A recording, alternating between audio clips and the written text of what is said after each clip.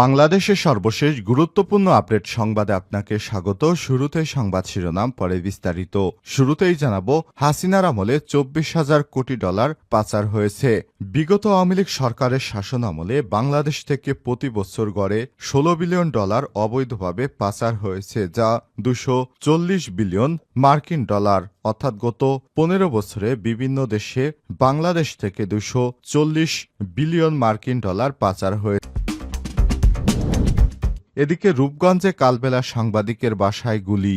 নারায়ণগঞ্জের রূপগঞ্জে টানা দ্বিতীয় দফায় হত্যার উদ্দেশ্যে জাহাঙ্গীর মাহমুদ নামের এক সাংবাদিককে সন্ত্রাসীরা গুলি করেছে বলে অভিযোগ পাওয়া গেছে। জানাবো, ইসলামী ব্যাংক পেল সর্বোচ্চ রেমিটেন্স গ্রহীতার স্বীকৃতি। সর্বোচ্চ রেমিটেন্স গ্রহীতার স্বীকৃতি পেয়েছে ইসলামী ব্যাংক বাংলাদেশ পিএলসি। সম্প্রতি যুক্তরাষ্ট্রের নিউ ইয়র্কে আয়োজিত বাংলাদেশ রেমিটেন্স ফেয়ার ঘোষিত top remittance receiver bank award 2024 পুরস্কার পেয়েছে ইসলামী ব্যাংক বাংলাদেশ। এরপর জানাবো, বর্তমান সরকার দেশের ইতিহাসে সর্বোচ্চ জনসমর্থন পাওয়া সরকার। এদেরকে সরকার হিসেবে অন্তত 2 বছর রাখতে হবে বললেন গণ অধিকার পরিষদের সভাপতি ডাকসুর সাবেক ভিপি নুরুল হক। এরপর জানিয়ে দিব, 21শে আগস্ট গ্রেনেড হামলার মামলায় শেখ হাসিনার সাজানো নাটক ছিল। 2004 সালের 21শে আগস্ট গ্রেনেড হামলা মামলা এবং পরবর্তী মামলার বিষয়টি শেখ হাসিনার সাজানো নাটক ছিল বলে অভিহিত করেছেন চিকিৎসকদের সংগঠন ডক্টরস অ্যাসোসিয়েশন অব বাংলাদেশ। এবং সর্বশেষ জানাবো, শেখ হাসিনার পতনের পর ভারতে বাংলাদেশিদের অবৈধ প্রবেশ বাড়েনি।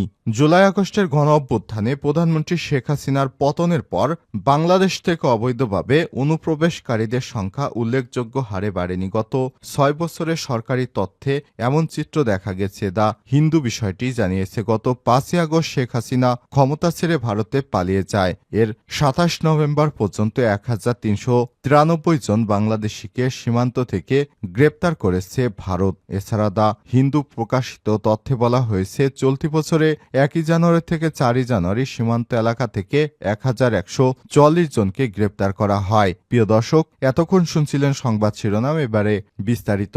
তবে তার আগে বন্ধুরা, অনুরোধ থাকবে এই সংবাদটিতে একটি লাইক দিন। এই চ্যানেলে আপনি নতুন হয়ে থাকলে আমাদের সংবাদটি দেখতে দেখতে চ্যানেলটি সাবস্ক্রাইব করে রাখুন। কমেন্ট করে বন্ধুরা আপনার মূল্যবান মতামত জানিয়ে দিন আপনি বিশ্বের কোন দেশ থেকে বা বাংলাদেশের কোন স্থান থেকে আমাদের সংবাদটি দেখছেন এবং শুনছেন। এবারে বিস্তারিত।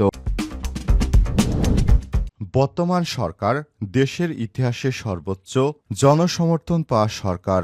নূর গণ অধিকার পরিষদের সভাপতি ডাকসুর সাবেক ভিপি নুরুল হক নূর বলেছেন, আগে রাষ্ট্র সংস্কার এবং জন আকাঙ্ক্ষা পূর্ণ করতে হবে, পরে নির্বাচনের কথা ভাবতে হবে। বর্তমান সরকার বাংলাদেশের ইতিহাসে সর্বোচ্চ জনসমর্থন পাওয়া সরকার। গতকাল বিকেলে পটুয়াখালী শহরের টিনপট্টির জেলা কার্যালয়ে গণ অধিকার পরিষদ জেলা শাখা আয়োজিত জুলাই বিপ্লব ও নতুন বাংলাদেশ বিনির্মাণে জন আকাঙ্ক্ষার রাজনৈতিক শীর্ষক আলোচনা সভায় তিনি এসব কথা বলেন। নূর বলেন, ডান বাম বিএনপি জামাত সহ সব রাজনৈতিক দল এ সরকারকে সমর্থন দিয়েছে। অনেক জায়গায় সেনাবাহিনী, আইনশৃঙ্খলা রক্ষাকারী বাহিনী, চাঁদাবাজ মাফিয়াদের দমন করা হয়েছে। তাদের ইনকাম বন্ধ হয়ে গেছে, কারণ নিজেদের অবস্থান ধরে রাখতে তারা দ্রুত নির্বাচন চায়, যাতে তড়িঘড়ি করে ক্ষমতায় বসে আবারও ফ্যাসিজম কায়েম করতে পারে।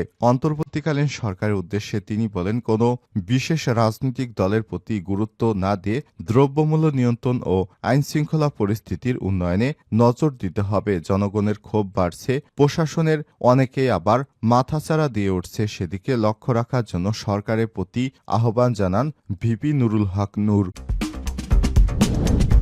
রূপগঞ্জে কালবেলা সাংবাদিকের বাসায় গুলি।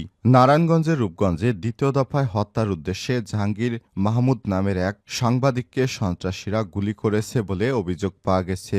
প্রকাশ্যে দিবালোকে অস্ত্রশস্ত্র নিয়ে মহড়া ও গুলি করার ঘটনায় জনমনে চরম আতঙ্কের সৃষ্টি হয়েছে। এরই মধ্যে পুলিশ ঘটনাস্থল থেকে গুলির খোসা উদ্ধার করেছে। রোববার 1 ডিসেম্বর রাত 7টার দিকে উপজেলার গোলাকান্দাইল ইউনিয়নের নতুন বাজার এলাকায় ওই সাংবাদিকের বাড়িতে এই গুলির ঘটনা ঘটে। সাংবাদিক জাহাঙ্গীর মাহমুদ দৈনিক কালবেলা পত্রিকার রূপগঞ্জ প্রতিনিধি হিসেবে দায়িত্ব পালন করছেন। জাহাঙ্গীর মাহমুদ জানান, কালবেলার পত্রিকায় কর্মরত থাকার পাশাপাশি পেশাগত দায়িত্ব পালন করতে গিয়ে ইয়ামিন মিয়া ওরফে ফেন্সি আমিন বাহিনীর বিরুদ্ধে বিভিন্ন সময় মাদক চাঁদাবাজি, জমি দখলসহ বিভিন্ন অপরাধ নিয়ে প্রতিবেদন প্রকাশ করায় মাসুদুর রহমান ওরফে কাইল্লা মাসুদ গ্রুপের হয়ে কাজ করেন ইয়াসিন। সংবাদ প্রকাশের ঘটনায় ক্ষিপ্ত হয়ে 15 দিন ধরে তারা ক্ষতিপূরণ বাবদ আমার কাছ থেকে 2 লক্ষ টাকা চাঁদা দাবি করে আসছে।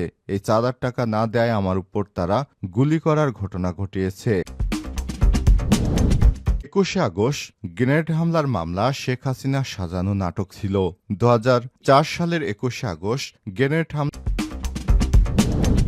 শেখ হাসিনার আমলে 24,000 কোটি ডলার বা 240 বিলিয়ন মার্কিন ডলার পাচার হয়েছে বাংলাদেশ থেকে।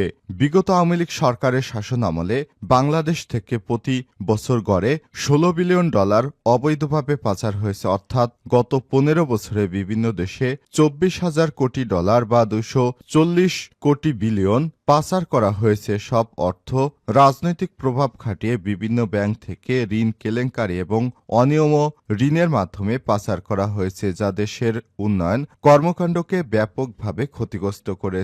এছাড়াও 15 বছরে বার্ষিক উন্নয়ন কর্মসূচি বাস্তবায়নে যে ব্যয় হয়েছে তার 40% লুটপাটের ঘটনা ঘটেছে। দেশের অর্থনীতির সার্বিক পরিস্থিতি খতিয়ে দেখতে অন্তর্বর্তীকালীন সরকারের গঠিত শ্বেতপত্র প্রণয়ন কমিটির চূড়ান্ত প্রতিবেদনে এমন চিত্র উঠে এসেছে। এছাড়াও গত 16 বছরে রাজনৈতিক প্রভাব খাটিয়ে অবৈধ সম্পদ অর্জন, বিশেষ করে ব্যাংকিং অবকাঠামো এবং সরকারি খাতের দুর্নীতির বাস্তব চিত্র তুলে ধরা হয়েছে।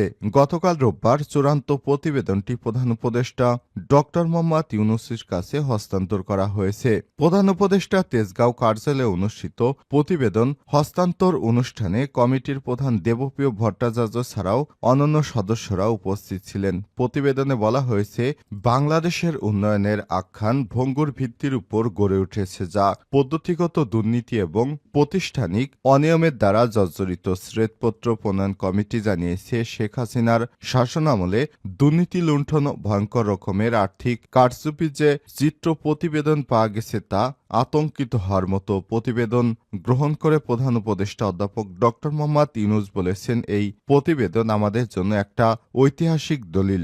আর্থিক খাতের জন্য যে ধরনের ঘটনা ঘটেছে তা ছিল একটা আতঙ্ক হওয়ার বিষয়। আমাদের সামনে এই ঘটনা ঘটেছে, কিন্তু কেউ এটা নিয়ে কথা বলেনি, সাহস পায়নি।